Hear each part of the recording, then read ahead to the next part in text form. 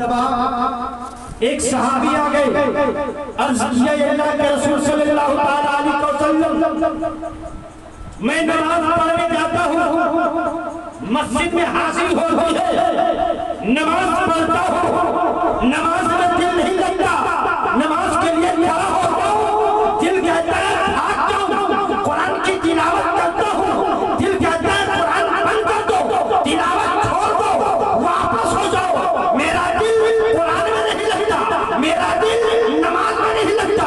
یہ اللہ کا رسول کوئی ایسا نسخہ بتا دے کہ میرا دل قرآن میں بھی لگے، میرا دل نماز میں بھی لگے، تو میرے نبی نے فرمایا اے میرے صحابی جاؤ جاؤ، نسخہ یہی ہے کہ اپنی نگاہوں کی حفاظت کر لو، اپنی نظر پاک کر لو۔ تیرے نبی کا وعدہ ہے جب تیری نظر پاک ہو جائے گی تو تیرا دل نماز میں بھی لگے گا۔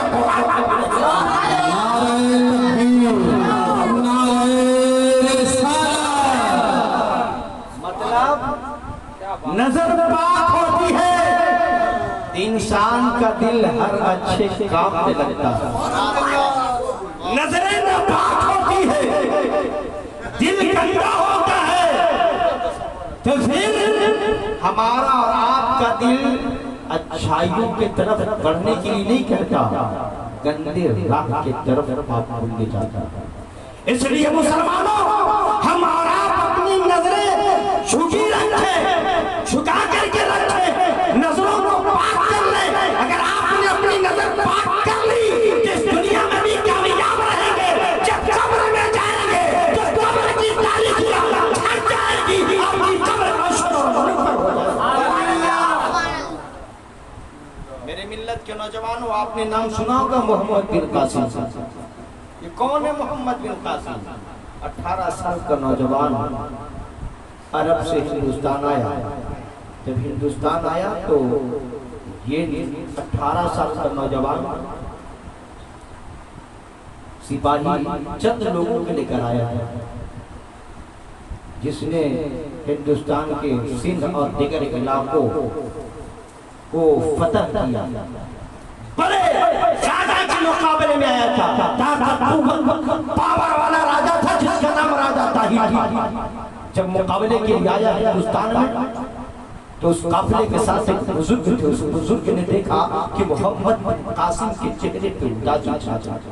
پوچھا بزرگ نے، اے محمد بن قاسم، تم مسلمانوں کے جنرل ہو، بڑے سپاہی ہو، طاقت والے ہو، قوت والے ہو، لیکن تیرے چہرے پر یہ مایوسی کیسی ہے؟ تیرا چہرہ گلاب کی طرح کھلتا تھا، لیکن تیرا چہرہ تو مرجھا رہا ہے۔ وجہ کیا ہے؟ 18 سال کے نوجوان لڑکے نے کہا تھا، محمد بن قاسم نے کہا تھا، میں انڈیا کا نہیں ہوں، میں ہندوستان کا نہیں ہوں، میں عرب سے ہندوستان میں آیا ہوں، یہاں کے گلیوں سے واقف نہیں ہوں، سڑکوں سے واقف نہیں ہوں، چوکوں سے واقف نہیں ہوں، چوراہے سے واقف نہیں ہوں، اور جس کے مقابلے میں آیا ہوں وہ راجہ طاہر بہت بڑا لشکر و سپاہ رکھتا ہے۔ میں سوچ رہا ہوں کیسے اس سے مقابلہ کروں گا؟ یہاں کا نام مجھے راستہ پتا ہے، نہ گلی پتا ہے، نہ کوئی گھاٹ پتا ہے، کس طرح سے حملہ کیا جائے، یہ حملہ ہو تو بچا جائے۔ یہی سوچ کر میں غمگین ہو گیا، میرے چہرے پہ اداسی چھا گئی ہے۔ بزرگ نے کہا، اے نوجوان، اللہ کے بھروسہ ہے۔ بزرگ چل گئے، 3 دن کے بعد واپس لوٹے اسی مقام پر جہاں پر محمد بن قاسم اپنے چند سپاہیوں کے ساتھ قیام پذیر تھے۔ آیا دیکھا کہ محمد بن قاسم کا چہرہ جو پہلے مایوسی کے عالم میں تھا، اب چہرہ گلاب کی طرح کھل اٹھا ہے، مسکرا رہے ہیں۔ اس بزرگ نے کہا تھا، اے محمد بن قاسم، آخر 3 دن میں تمہیں کون سے ایسی دولت مل گئی، کون سے ایسی طاقت تمہیں مل گئی ہے کہ آج تیرا چہرہ گلاب کی طرح کھل رہا ہے؟ کیا وجہ ہے؟ 3 دن پہلے تو مایوس تھے، غم میں ڈوبے ہوئے تھے، آج تیرا چہرہ گلاب کی طرح کھل رہا ہے۔ تو محمد بن قاسم نے کہا، میں نے ایک بات کی تحقیق کی، اے نوجوانوں، اے نئی نسل، اے نئی فصل، غور کرو اور ایسے پیغام کو اپنے سینے میں، دل میں اتارنے کی کوشش کرو اور اس پہ عمل کرنے کی کوشش کرو۔ جیسے کہ 18 سال کا نوجوان جو ہندوستان کا نہیں ہے، عرب کا ہے، لیکن ہندوستان پر آیا تو فاتح بن کر آیا، یقین جانو کہ اس پیغام پر ہمارا اور آپ کا بھی عمل ہو رہے، ہم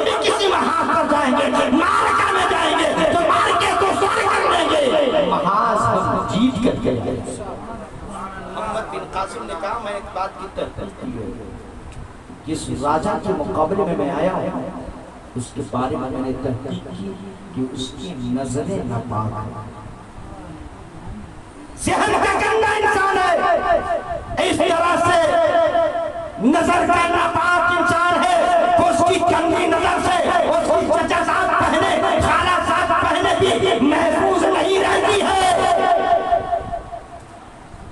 اور اتنا جاننے کی جس قوم کی نظر گندی ہو جائے، نظر ناپاک ہو جائے، ایسا شخص کسی محاذ پر کامیاب نہیں ہو سکتا ہے، کسی معرکے کو سر نہیں گر سکتا ہے، کسی جنگ کو جیت نہیں سکتا ہے، اور وہ سب سکتا کہ یہ محمد بن قاسم جس کی عمر آج 18 سال کی ہے، اس 18 سال تک اپنی نظروں کی حفاظت کی ہے، اپنی نظر سے محمد بن قاسم نے اگر دیکھا ہے تو قرآن کی آیات کو دیکھا ہے یا خدا کے گھر کا زیارت ہے۔ اس لیے اب وہ راجہ داہر میرا مقابلہ نہیں کر سکتا ہے۔ مسلمانوں، جب ایک نوجوان کی نظر پاک ہو گئی تو ہندوستان میں فاتح ہو، ہندوستان میں فاتح ہو، یہاں کوئی اور نہیں تھا، چند سپاہیوں کے ساتھ آیا تھا، مگر بڑے لشکروں سپاہ والے راجہ کو شکست دیا۔ میرے ملت کے نوجوانوں ہم اور آپ اپنی نظر کو پاک رکھیں، خاص کر یہ پیغام آج کی نئی نسل نئی فصل نوجوان طبقوں کے لیے ہے کہ ہم اپنی نظر کی حفاظت کریں، ہم کسی خیر محرم پر نظر نہ اٹھائیں، اگر ادھر ادھر جا رہے ہیں اچانک نظر پڑ بھی جاتی ہے تو پہلی نظر چونکہ آپ نے جان بوجھ کر کے نہیں دیکھا تھا، انجانے میں پڑ گئی تو معاف ہے، لیکن اگر نظر پڑ گئی آپ بار بار گھور کر کے دیکھ رہے ہیں تب پھر آپ کی پکڑ، پھر ایسی نظر والوں بچو اللہ کی پکڑ سے، اللہ کی پکڑ سے نگاہ پاک کر لو، دل صاف کر لو، آپ دنیا میں بھی کامیاب رہو، آخرت میں بھی کامیاب رہو۔ ایک صحابی ہیں جن کا نام حضرت عبداللہ بن حذافہ ہے، ایک صحابی وہ ہیں حضرت حذیفہ یمانی جن سے متعدد احادیث کریم روایت جنہوں نے کی ہے، اور ایک صحابی ہیں عبداللہ بن حذافہ۔ عبداللہ بن حذافہ ایک نوجوان صحابی رسول ہے، حضرت عمر فاروق خلیفہ دوم کا زمانہ ہے، مصر روم کے جنگ کے لیے جب آپ روانہ ہوئے تو عیسائیوں نے 1000 کی فوج لا کر ایک شخص کو پکڑنے کی کوشش کی، یہی حضرت عبداللہ بن حذافہ۔ مسلمان ایک ہے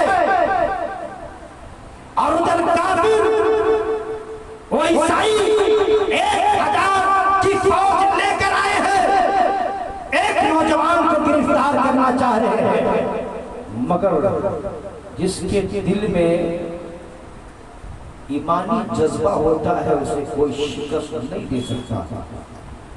عبداللہ بن حذافہ کو گھیرا گیا، 1000 لوگ گھیر رہے ہیں، مگر عبداللہ بن حذافہ ایسے شخص ہے جو دشمنوں کو سبھی پہ گراتے جا رہے ہیں، دشمنوں کو سبھی پہ لٹاتے جا رہے ہیں، مگر اتنا سمجھنے کہ 1000 لوگوں نے جب گھیرا ڈالا جگہ تنگ کر گئی، تب جا کر کے 1000 لوگ مل کر کے ایک نوجوان مسلمان کو گرفتار کر لی، اپنے قبضے میں لے کر کے وزیر گیا، بادشاہ کے دربار میں پیش کیا، یہ نوجوان ہے، بڑا کام آئے گا ہمارا۔ کہا کیا کام آئے گا؟ یہ تو مسلمان ہے، ہمارے دھرم کا تو ہے نہیں، ہمارے مذہب کا تو ماننے والا نہیں ہے، چلو اسے قتل کر دو۔ وزیر نے کہا نہیں، اسے اپنا بنا لیا جائے۔ اگر اپنا اس نوجوان کو بنا لیں گے نا اس میں خوبی ہے، یہ تنہ تنہا تھا، ہم 1000 لوگوں پر بھاری پڑ رہا تھا، بڑی مشقت کے بعد،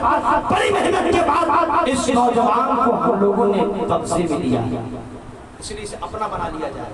بادشاہ نے کہا کہ ایسے مسلمان اور نوجوانوں کو اپنے قبضے میں کرنے کے لیے 2-3 چیز چاہیے، وہ ساری چیزیں ہمارے پر موجود ہیں، اسے میں اپنا بنا لیتا ہوں۔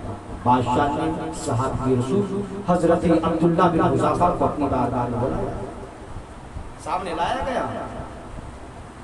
بادشاہ نے کہا اے عبداللہ بن حذافہ، جتنی دولت چاہیے تم مجھ سے لے لو مگر دین اسلام کو چھوڑو۔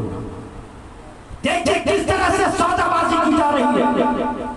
ایک مسلمان جو صحابی رسول ہے، نوجوان صحابی عبداللہ بن حذافہ، بادشاہ نے کہا جتنی دولت چاہیے لے لو، اپنے دھرم کو چھوڑ دو، میرے دھرم میں آ جاؤ۔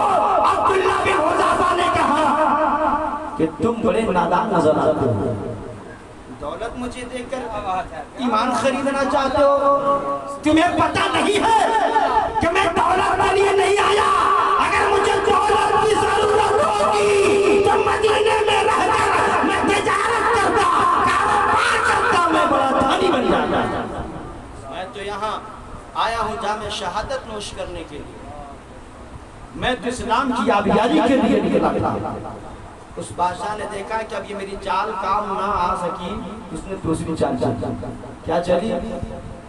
کہ سنو، میں بادشاہ، میرے نیچے بہت سارے عہدہ ہیں، بہت سارے عہدے ہیں، تمہیں جو عہدہ پسند ہے، جو مقام، جو مرتبہ پسند ہے، وہ مقام، مرتبہ، عہدہ تم اس سے لے لو مگر اپنے دھرم کو چھوڑو۔ آج کا مسلمان اگر کہیں پھنس جائے تو بڑے عہدہ تو دور کی بات ہے، کہہ دیا جائے یہ چیز ملے گی تو آج اس نے چیز کو لینے کے لیے انسان اپنے دھرم کو، اپنے مذہب کو نہیں دیکھتا، یہ نہیں دیکھتا کہ رسول کا پیغام کیا ہے، یہ نہیں دیکھتا کہ قرآن میں ہمیں کیا کہہ رہا ہے، بلکہ لینے کے لیے تیار۔ مگر ایک عبداللہ بن حذافہ ہے، کیا ہوتا کہ لالچ مت دو، ارے تمہیں پتہ نہیں کہ میں کون ہوں، دنیا اور آخرت میں صحابی سے بڑا ہوگا کوئی ہو ہی نہیں سکتا ہے، تم اپنا عہدہ اپنے پاس۔ بادشاہ نے کہا وزیر سے کہ چلو اسے پکڑو، اسے باندھو اور اسے قتل کرو۔ تاریخ بتاتی ہے وزیر چالاک تھا، اس نے کہا کیسا ہے، اتنی جلدی مت کیجئے، یہ بڑا بہادر انسان ہے، اپنا اسے کسی طرح بنا لیجئے، بنا لیں گے تو ہمارا بہت کم آئے گا، یہ خود مسلمانوں کے خلاف لڑے گا۔ تاریخ بتاتی اس وزیر نے کہا تھا میرے پاس بھی ایک نسخہ ہے، میں اسے اپنا بنا لوں گا، اپنے دھرم میں سے شامل کر لوں گا۔ بادشاہ نے کہا کیا کرو گے؟ وزیر نے کہا یہ کروں گا کہ میرے گھر میں ایک میری بچی ہے جو خوبصورت ہے، سوار کر بنا کر اس کے جس روم میں رہتا ہے اس کی تنہائی میں اس کے ساتھ میں بھیج دوں گا۔ میری لڑکی زبان سے بھی بہت اچھی ہے، چہرے سے بھی بہت اچھی ہے، وہ اپنے طرف اسے کھینچ لگی، اور جب وہ یہ انسان آ جائے گا اس کی نظر گندی ہو جائے گی، یہ انسان دل کا گندا ہو جائے گا تو اپنے دھرم کی طرف اس کا دل نہیں جائے گا، دماغ کام نہیں کرے گا، ہمارے دھرم کی طرف آ جائے گا۔ تاریخ بتاتی ہے اس وزیر نے اپنے خوبصورت بیٹی کو سجا کر اس نوجوان صحابی حضرت عبداللہ بن حذافہ کے کمرے میں بھیج دیا۔ تاریخ رات میں عبداللہ بن حذافہ ہے، آپ کے کندھے مبارک پر ایک شال ہے، چادر بچھائی زمین پر، اور نماز پڑھنا شروع کر دیا۔ نماز سے فارغ ہو گئے تو قرآن کی تلاوت کرنی شروع کر دی۔ یہ لڑکی پھرتی رہی پھرتی رہی کہ جب یہ عبادت سے فارغ ہو جائے گا تب میں اسے سامنے فریب میں پھنساؤں گی۔ تاریخ بتاتی ہے لڑکی پھرتی نہیں، مگر کبھی قرآن کی تلاوت کرتے ہیں، کبھی نفل کی قسم سجا کر رہے ہیں، کبھی نماز پڑھ رہے ہیں، کبھی ذکر و اذکار کر رہے ہیں۔ لڑکی نے دیکھا کہ اب یہ سننے والا نہیں ہے، یہ لگتا ہے کسی عبادت میں مغل ہو گیا ہے، تو پکار کر کے کہا تھا اے عبداللہ بن حذافہ تو میری طرف دیکھتا نہیں ہے، کلم ہے راجہ مہاراجہ کہ بیٹے میرے باپ کے پاس نکال کر پیغام لے کر میرے لیے بھیجتے ہیں، لیکن تو میری طرف دیکھتا بھی نہیں۔ عبداللہ بن حذافہ نگاہ جھکی ہوئی ہے، جبکہ قرآن کہہ رہا ہے مومن مردوں سے کہہ دو کہ اپنی نگاہیں جھکی رکھے، اپنی نگاہیں نیچے رکھے، تاریخ بتاتی ہے عبداللہ بن حذافہ خاموش لڑکی بار چکر لگاتی رہی، جب دیکھتی کہ نوجوان میری طرف دیکھتا ہی رہی، تب آخر میں ایک جملہ کرتی ہے، اے نوجوان آخر بتاؤ تو صحیح کہ تیرا دل اس طرح سے پاک و صاف کیسا ہے؟ تیری نظر اتنی پاک کیسے ہے؟ تیری نظر آخر گندی کیوں نہیں ہے؟ تو نوجوان صحابی عبداللہ نے کہا تھا، اے لڑکی اگر تم چاہتی ہے کہ تیرا دل بھی میرے طرح پاک ہو جائے، تیری نظر بھی میری طرح پاک ہو جائے، تیرا کردار بھی میرے طرح ہو جائے، تو سن میرے آقا کا کلمہ لا الہ الا اللہ پڑھ لو، تیرا دل بھی پاک ہو جائے گا۔ تاریخ بتاتی ہے صبح کا وقت ہوا، باپ دستک دی، باپ سوچ رہا تھا، وزیر سوچ رہا تھا میری لڑکی کامیاب ہو گئی، یہ نوجوان تو اب میرے قبضے میں آ جائے گا، لیکن جب دروازہ کھولا تو حالات بدلے ہوئے تھے، حالات بدل گئے۔ کیا دیکھتا ہے باپ جس لڑکی کو میں نے آدھا لباس پہنا کر اور یہ لباس نے اس نوجوان کے لیے جنے جنا چھوڑ دیا تھا، یہ لڑکی جب باہر آ رہی ہے ایک چادر سے اپنے سر کو چہرے میں ڈھکا رہی ہے، کہہ رہی تھی کہ میرا باپ آج سے نہیں ہے، سن میں نے نوجوان کے دین کا کلمہ لا الہ الا اللہ محمد رسول اللہ پڑھ کر میں مومن اور مسلم۔ نعرہ تکبیر، نعرہ رسالت، عید میلاد النبی، نعرہ حیدری، نعرہ حیدری، نعرہ تکبیر، نعرہ رسالت، سبحان اللہ سبحان اللہ۔ تاریخ بتاتی ہے لڑکی نے کہا آپ میری نظر